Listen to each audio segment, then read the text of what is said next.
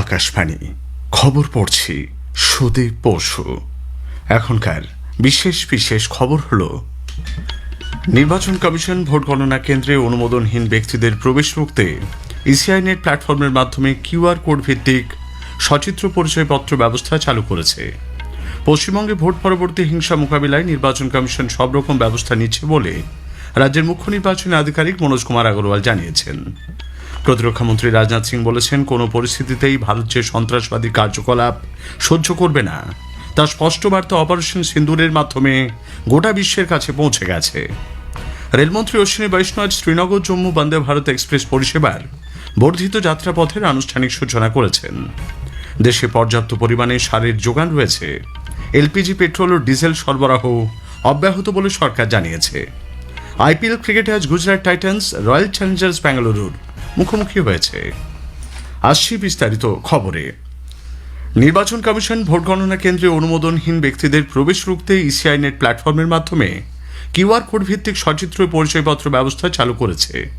Commission জানিয়েছে যে আগামী 4 মে 5 রাজ্যের বিধানসভা নির্বাচনের ভোট গণনা এবং 7টি বিধানসভা কেন্দ্রের উপনির্বাচনের ফলাফল ঘোষণার দিন থেকে এই ব্যবস্থা কার্যকর হবে।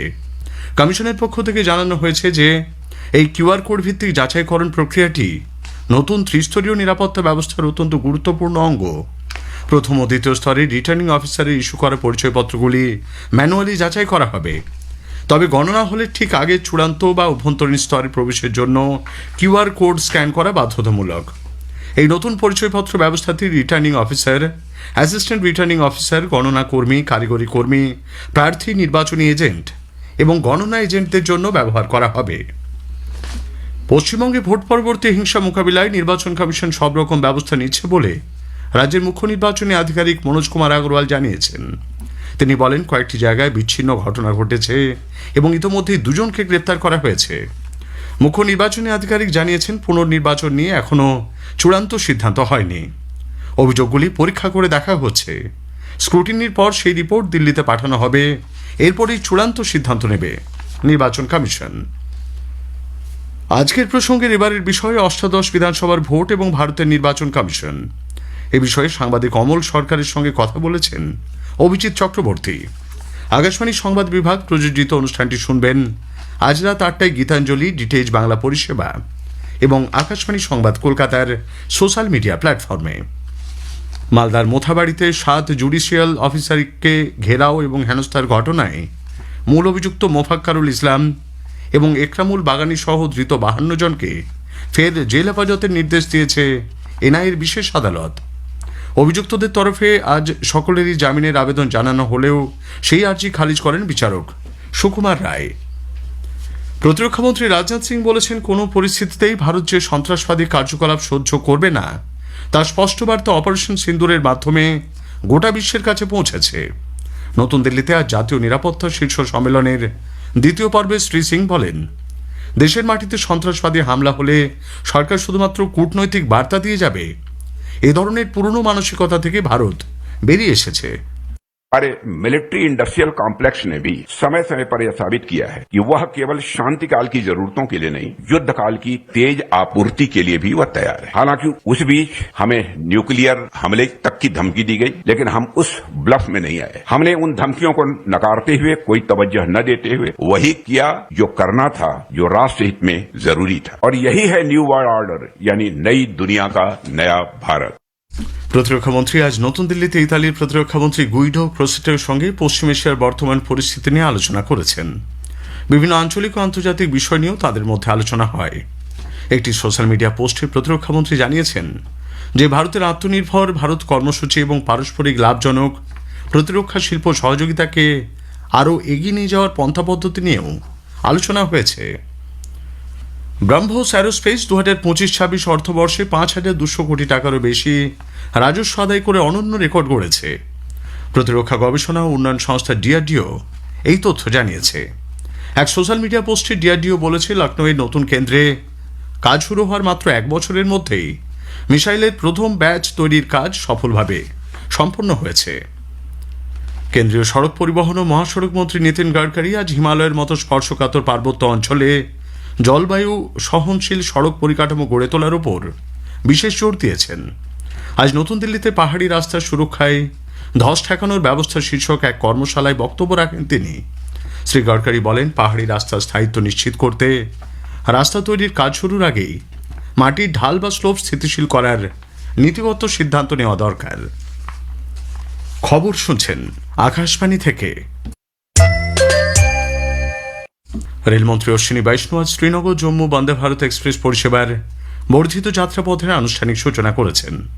এই উপলক্ষে জম্মু তাওয়াই রেল স্টেশন থেকে আয়োজিত অনুষ্ঠানে তিনি বলেন, জম্মু ও শ্রীনগরের মধ্যেই সরাসরি রেল সংযোগ চালু হওয়ার ফলে উপত্যকার যোগাযোগ ব্যবস্থায় আমূল পরিবর্তন এসেছে। 370 ধারা বাতিলের পর থেকে জম্মু কাশ্মীরে উন্নয়নের ধারা অব্যাহত রয়েছে বলেও তিনি উল্লেখ করেন। যাত্রীদের বিপুল চাহিদার কথা মাথায় রেখে ট্রেনের কামরার সংখ্যা 8 থেকে বাড়িয়ে 20 করা হয়েছে। वंदे भारत जो कश्मीर के लिए डिजाइन की है उसमें कई स्पेशल डिजाइन के फीचर्स हैं, जैसे इसको -10 डिग्री सेल्सियस पर भी ऑपरेट कर सकते हैं। इसके अंदर जितनी भी प्लम्बिंग है, पाइपिंग है, वो पाइपिंग में कहीं भी पानी फ्रीज नहीं होता। অনুষ্ঠানে উপস্থিত কেন্দ্রীয় প্রতিমন্ত্রী ডক্টর জিতেন্দ্র সিং বলেন, এই সরাসরি রেল পরিষেবা চালু হওয়ার ফলে পর্যটক ও পুণ্যার্থীদের যাতায়াত যেমন সহজ হবে, তেমনি এই অঞ্চলের ব্যবসা বাণিজ্য, নিরাপত্তা কর্মীদের চলাচলেও অনেক সুবিধা হবে। দেশে পর্যাপ্ত পরিমাণে সারের যোগান রয়েছে এবং 2026-এর খরিফ মরশুমের জন্য প্রয়োজনীয় সরবরাহ নিরবচ্ছিন্নভাবে চালিয়ে যাওয়া হচ্ছে বলে সরকার আজ ফের আশ্বস্ত করেছে। নতুন দিল্লিতে আজ এক আন্তঃমন্ত্রক বৈঠকে সার দপ্তরের অতিরিক্ত সচিব অপর্ণা শর্মা জানান, অভ্যন্তরীণ বাজারে সারের উৎপাদন 62,37,000 মেট্রিক টনে পৌঁছেছে। দেশের সার সরবরাহ নিশ্চিত করার দিকটি এখনও স্থিতিশীল। Fertilizer availability remains robust as ever, and the supplies continue to exceed the requirement. For Kharif 2026, the total domestic production of various fertilizer has been 62.37 LMT, and about 15.39 LMT of imports have reached our shores. So approximately 78 LMT of fertilizer has been added to the availability in the crisis situation. Petroleum ও প্রাকৃতিক gas মন্ত্রকের সচিব সুজাতা শর্মা বলেছেন, দেশে LPG, petrol এবং diesel সরবরাহ অব্যাহত রয়েছে, কোথাও কোনো ঘাটতি নেই। অনলাইনে এলপিজি বুকিং বেড়ে 98% পৌঁছেছে। डोमेस्टिक एलपीजी की सप्लाई 100% एश्योर की गई है। हमारे किसी एलपीजी डिस्ट्रीब्यूटर पर कोई ड्राई आउट नहीं है और हमारी ऑनलाइन बुकिंग लगभग 98% तक इंक्रीज हो चुकी है। डिलीवरी ऑथेंटिकेशन कोड से लगभग 93% डिलीवरी एलपीजी सिलेंडर की डिलीवरी की जा रही है। कमर्शियल सप्लाई अभी भी 70% पर रेस्टोर है। প্রত্যেক ভারতীয় মুসলমানের জন্য হজ যাত্রাকে সহজলভ্য ও সাশ্রয়ী করতে সরকার প্রতিশ্রুতিবদ্ধ বলে সংখ্যালঘু বিষয়ক মন্ত্রক আজ জানিয়েছে। সম্প্রতি সংবাদ মাধ্যমে হজের বিমান ভাড়া বৃদ্ধি নিয়ে উদ্বেগের প্রেক্ষিতে মন্ত্রক জানিয়েছে, পশ্চিম এশিয়ার উত্তপ্ত পরিস্থিতির আবহে জ্বালানির দাম বাড়ায় বিমান সংস্থাগুলো যাত্রী পিছু $300 থেকে $400 পর্যন্ত অতিরিক্ত ভাড়া দাবি করেছিল, কিন্তু তীর্থযাত্রীদের স্বার্থে মন্ত্রক সেই বৃদ্ধিকে মাত্র $100 সীমাবদ্ধ রেখেছে।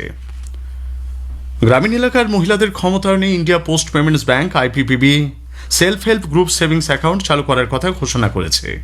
কেন্দ্রীয় যোগাযোগ মন্ত্রক জানিয়েছে, এই অ্যাকাউন্টে কোনো ন্যূনতম ব্যালেন্স রাখার প্রয়োজন হবে না, এমনকি অ্যাকাউন্ট খোলা বা কিউআর কার্ডের জন্য কোনো খরচ দিতে হবে না। বুদ্ধ পূর্ণিমার পুণ্যতিথির প্রাক্কালে দেশবাসীকে শুভেচ্ছা জানিয়েছেন রাষ্ট্রপতি দ্রৌপদী মুর্মু। এক বার্তায় রাষ্ট্রপতি বলেন, এই পবিত্র দিনটি ভগবান বুদ্ধের মর্তে আগমন, বোধিলাভ এবং মহাপরিনির্বাণের মতো যুগান্তকারী ঘটনার সাক্ষী। আহমেদাবাদের নরেন্দ্র মোদী স্টেডিয়ামে আজ সন্ধ্যায় আইপিএল এর ম্যাচে রয়্যাল চ্যালেঞ্জার্স বেঙ্গালুরু গুজরাট টাইটান্সের মুখোমুখি হয়েছে। গুজরাট টসে জিতে বেঙ্গালুরুকে ব্যাট করতে পাঠিয়েছে। শেষ খবর পাওয়া পর্যন্ত বেঙ্গালুরু 2 ওভারে বিনা উইকেটে 27 রান করেছে। শেষ করার আগে খবরের বিশেষ কিছু অংশ আরও একবার। নির্বাচন কমিশন ভোট গণনা কেন্দ্রে অনুমোদনহীন ব্যক্তিদের প্রবেশ রুখতে ইসিআই নেট প্ল্যাটফর্মের মাধ্যমে কিউআর কোড ভিত্তিক সচিত্র পরিচয়পত্র ব্যবস্থা চালু করেছে। পশ্চিমবঙ্গে ভোট পরবর্তী হিংসা মোকাবিলায় নির্বাচন কমিশন সব রকম ব্যবস্থা নিচ্ছে বলে রাজ্যের মুখ্য নির্বাচনী আধিকারিক জানিয়েছেন।